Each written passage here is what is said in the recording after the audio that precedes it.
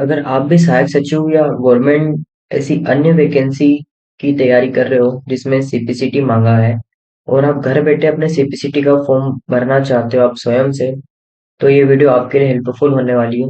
इसमें मैं आपको लाइव एग्जाम फॉर्म जो कि सीपीसीटी का फॉर्म है, आपको लाइव फॉर्म फिल करके दिखाने वाला हूँ। चलिए वीडियो को स्टार्ट करते हैं। सीपीसीटी का ऑनलाइन फॉर्म डालने के लिए आपको आपके लैपटॉप में क्रोम ब्राउजर को ओपन करना है और यहाँ पे सर्च करना है सीपीसीटी होम। जैसे ही सीपीसीटी होम सर्च करोगे, सबसे पहले वाली वेबसाइट है, इसे ओपन करना है। इसे ओपन करने के बाद कुछ इस प्रकार से इंटरफेस दिखाई देता है। अब आपको नीचे राइट हैंड साइड में थोड़ा सा ऊपर करेंगे, यहाँ पे आपको दो ऑप्शन दिखाई दे रहे होंगे, एग्जिटिंग यूजर और रजिस्टर्ड नाउ। एग्जिटिंग यूजर, अगर कभी आपने सीपीसीटी का ऑनलाइन फॉर्म आज से कुछ समय पहले या पहले ही आपने सीपीसीटी की एग्जाम दी हो, तो आपके ईमेल रजिस्टर्ड ईमेल आईडी पे आपका यूजर आईडी और पासवर्ड है। एग्जिटिंग यूजर के पर क्लिक करके आप यूजर आईडी और पासवर्ड डाल के आप आपकी प्रोफाइल खोल सकते हो। प्रोफाइल खोलने के बाद आपको कुछ थोड़ी सी इंफॉर्मेशन फिल करना होगी और आपका सीपीसीटी का ऑनलाइन फॉर्म डल जाएगा। यदि आपने फर्स्ट टाइम अभी तक कोई भी एग्जाम नहीं दी है, आप फर्स्ट टाइम रजिस्टर्ड करना चाहते हो, फर्स्ट टाइम एग्जाम देना चाहते हो सीपीसीटी की, तो यहाँ पर एक ऑप्शन है रजिस्टर्ड नाउ वाला। इस ऑप्शन पर क्लिक करेंगे। यहाँ पर क्लिक करने के बाद कुछ इस प्रकार से इंटरफेस दिखाई देगा। अब नेम ऑफ द एप्लीकेंट, आवेदक का नाम, जो भी आपकी 10वीं की मार्कशीट है, जो भी इंफॉर्मेशन डालेंगे 10वीं की मार्कशीट के हिसाब से ही देखकर डालेंगे। जैसे आपका यहाँ पे फुल नाम लिखना है, जो भी आपका नाम है XYZ प्लस ए, यहाँ पे स्पेस देंगे और आपकी सरनेम लिखेंगे। ठीक। कैंडिडेट का नेम डालने के बाद यहाँ पे आपकी पापा का नाम, जो भी 10वीं की मार्कशीट में आपके पापा का नाम, जैसे रविंद्र और जैसे सिंह होता है, रविंद्र आपके फर्स्ट नाम में आएगा और लास्ट नेम में आपकी सरनेम आएगी आपके पापा की। उसके बाद आपकी मम्मी का नाम जो भी 10वीं की मार्कशीट में है वही लिखना है। मिडिल नेम अगर कभी हो तो ठीक है। लास्ट नेम में लास्ट नेम लिखना है, जो भी सरनेम है आपकी। इसके बाद थोड़ा सा और नीचे आते हैं, जेंडर, जो भी मेल फीमेल है वो सिलेक्ट करेंगे। डेट ऑफ बर्थ, जो भी आपके डेट ऑफ बर्थ है आपका डॉक्यूमेंट से देखकर लिखेंगे, जो भी आपकी डेट ऑफ बर्थ है डेट ऑफ बर्थ डालेंगे। यहाँ पे आपका रजिस्टर्ड मोबाइल नंबर, जो भी आपका मोबाइल नंबर है, मोबाइल नंबर के ठीक साइड में ईमेल आईडी। मोबाइल नंबर और ईमेल आईडी का बिल्कुल ध्यान रखना है, आपको चेक कर कर ही डालना है, क्योंकि ईमेल आईडी और मोबाइल नंबर दोनों पे आपका ओटीपी और यूजर आईडी पासवर्ड शेयर किया जाता है। ये बिल्कुल ध्यान से डालना है, वरना आपको बाद में दिक्कत हो सकती है। ईमेल आईडी और मोबाइल नंबर के बाद में आपकी 10वीं की मार्कशीट में रोल नंबर, जो भी है रोल नंबर देख के डालना है। 10वीं की मार्कशीट के बाद में यहाँ पे आपका 12वीं या फिर डिप्लोमा कोई किया हो आपने, पॉलिटेक्निक डिप्लोमा, तो उसके उसके रोल नंबर डालना है यहाँ पे आपको। उसके बाद यहाँ पे नीचे एक ऑप्शन आता है, do you have polytechnic diploma. यदि आपने पॉलिटेक्निक डिप्लोमा किया है तो इस पर यस करेंगे, अगर आपने नहीं किया है तो इस पे नो करेंगे। इसके बाद एक जनरेट ओटीपी वाला ऑप्शन है, इस पर क्लिक करेंगे। इसके बाद एक कैप्चर कोड आएगा, इस कैप्चर कोड को डालना है।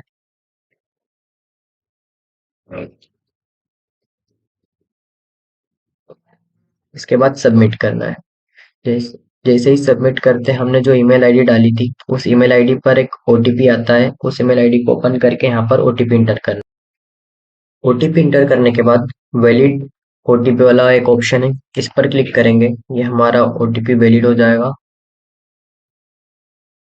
इसके बाद इसे ओके करेंगे और यहाँ पर एक नीचे और कैप्चा कोड है, इस कैप्चा कोड को डालेंगे।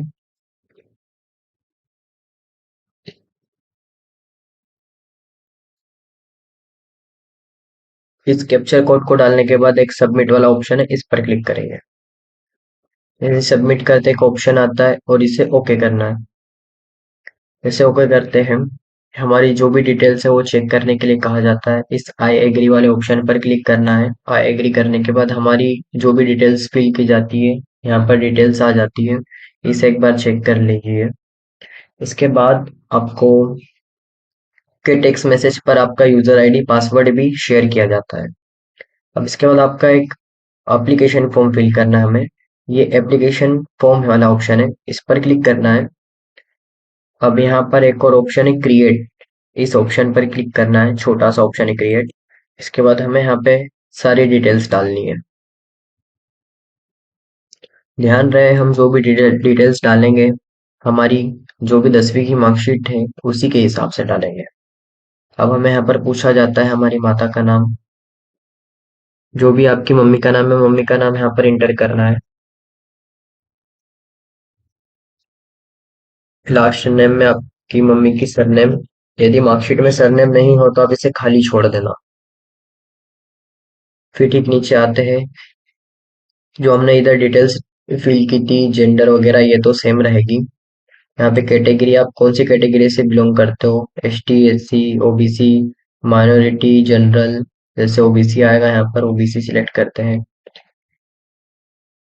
फिर उसके ठीक नीचे आता है नेशनलिटी, जैसे इंडिया में रहते हैं। आर यू फिजिकल डिसेबिलिटी, यदि आप विकलांग वगैरह में आते हो तो यहाँ पे यस करेंगे, यदि आप नॉर्मल पर्सन हो तो यहाँ पे नो करेंगे।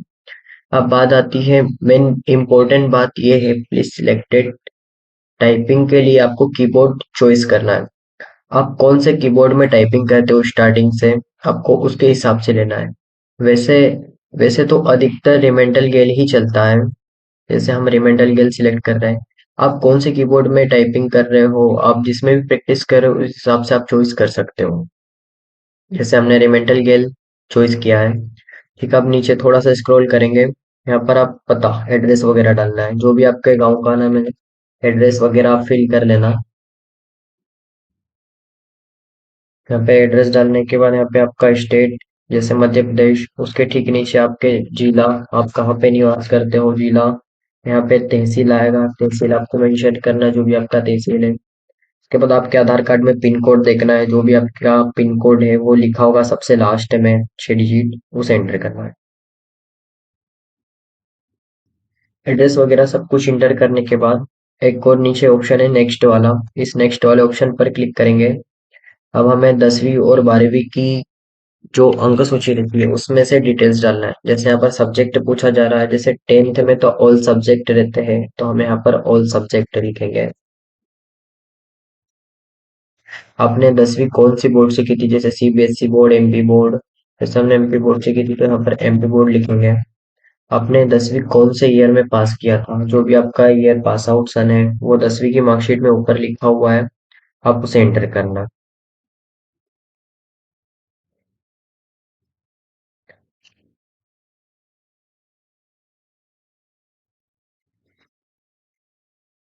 इसके बाद पूर्णांक पूछा जाता है, तो आपकी 10वीं की मार्कशीट में ही लिखा होगा टोटल पूर्णांक, जैसे 400 का था, 500 का था, 600 का था, टोटल कितने का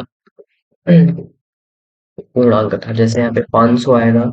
अब 500 में से आपके प्राप्तांक कितने हैं, जैसे 300 मान लीजिए 300 हुए तो अब अब आपको यहाँ पे परसेंटेज डालना है। अगले बॉक्स में आता है यहाँ पर परसेंटेज डालने के, जैसे आपको परसेंटेज निकाल कर भी दिखा देता हूँ। जैसे आपके 300 मार्क्स आए हैं, आपका पूर्णांक है 500 का, तो आप इसको 5 से भाग दे दीजिए, ये आपके 60% निकला है। अब आपको यहाँ पे 60% इंटर करना है, 6.00। ठीक है, ठीक है। सही, आपको यहाँ पे 12वीं में क्या सब्जेक्ट था, जैसे आपको मेन सब्जेक्ट लिखना है। जैसे 12th में आपका कॉमर्स, आर्ट या फिर एग्रीकल्चर, जो भी आपका सब्जेक्ट था उसके हिसाब से लिखना है। जैसे यहाँ पे हम कॉमर्स करेंगे। अब आपने 12th कौन से बोर्ड से किया है, जैसे एमपी बोर्ड। ठीक है, उसके बाद आपने 12th कौन से सन में पास आउट किया, उस सन को सिलेक्ट करेंगे। अब 12th का पूर्णांक भी ठीक ऐसे ही लिखना है जैसे हमने 10th का किया था। जैसे 500 का पूर्णांक है, 500 में से प्राप्त कितने अंक हुए, 288। अब ठीक ऐसे ही हमें परसेंटेज भी निकालना है और फिर यहाँ पे इंटर करना है। जैसे 288 मार्क्स थे और 500 का पूर्णांक था तो 5 से भाग दे देंगे। 57.60, 57.6, यहाँ पे इंटर कर देंगे। इसके बाद यहाँ पे नीचे आएंगे, कार्य का प्रकार जॉब अगर कभी आप करते हो तो यहाँ पे सिलेक्ट कीजिए, यदि आप बेरोजगार हो तो यहाँ पे बेरोजगार सिलेक्ट करेंगे। इसके बाद इस वाले ऑप्शन को खाली छोड़ देना। यहाँ पे अगला आता है नेक्स्ट, इस पर क्लिक करेंगे। अब यहाँ पे हमें फोटो सिग्नेचर वगैरह अपलोड करना है, जैसे प्लीज अपलोड स्कैन सिग्नेचर। ठीक इसके सामने एक छोटा टेक्स्ट लिखा हुआ है यहाँ पे, हियर इसे क्लिक करेंगे। सबमिट करते हैं। जैसे हमारे सामने कार्ड और नेट बैंकिंग वाला ऑप्शन आता है, हम कार्ड वाला ऑप्शन सिलेक्ट करते हैं। हम यहाँ पर कार्ड से पेमेंट करेंगे।